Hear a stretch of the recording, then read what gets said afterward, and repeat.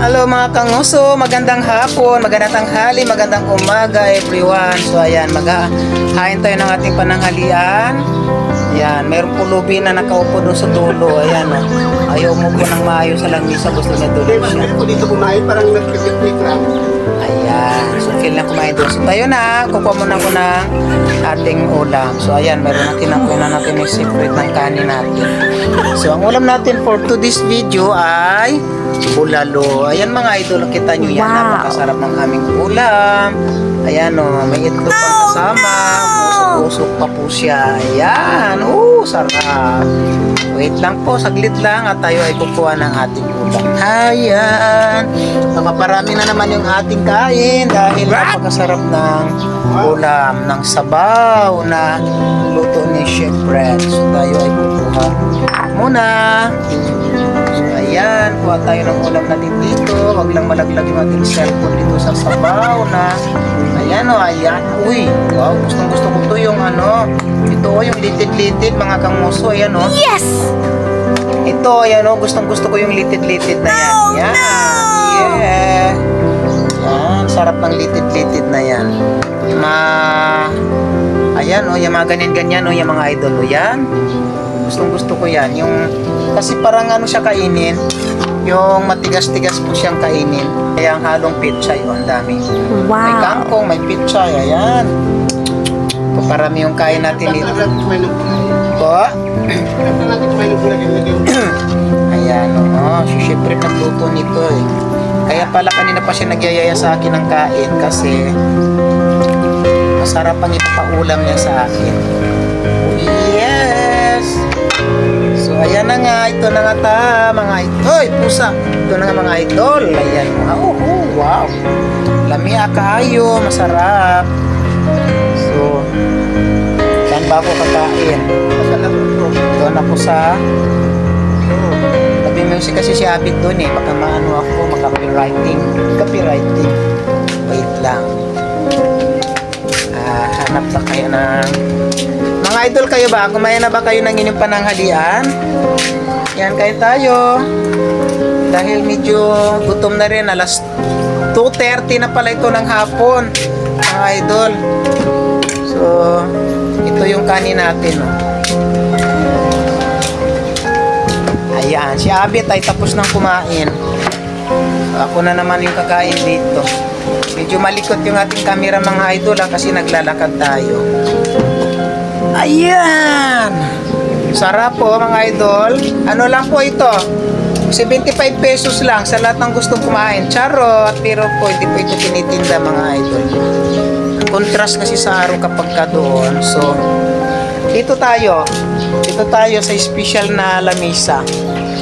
Ayan, wala kami masyadong customer ngayon mga idol. Ano bang nangyayari ngayon dahil nga siguro sa bagyo, no?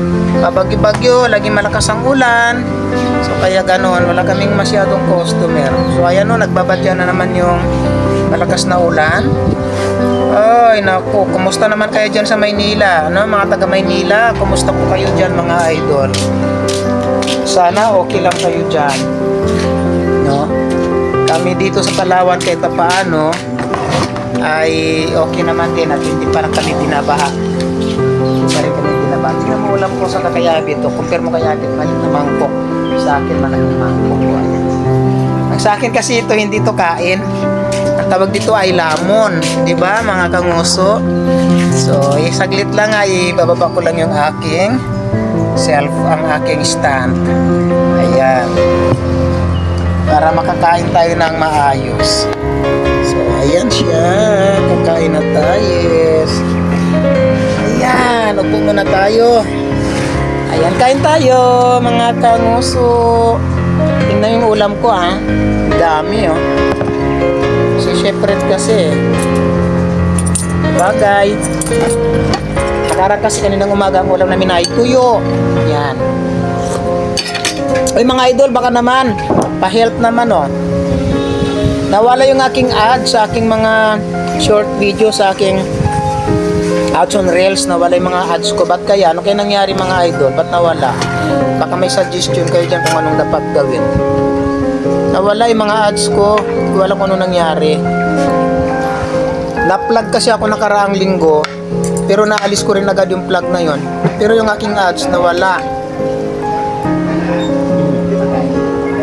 Sarap po. Busog daw siya.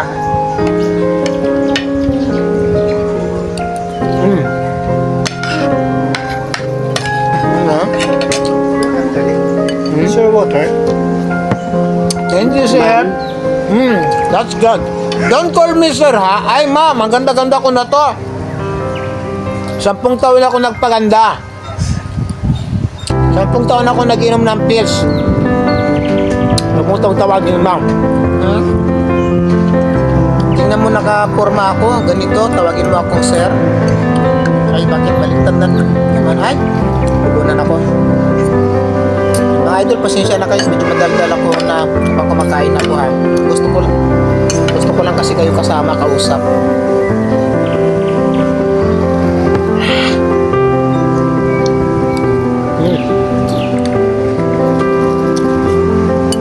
Ganyan dapat pag kumakain. Walang keme-keme. Damihan ng subo. Lagyan ng subo. Naku, ayan na yung ulan. Idol. Lakas.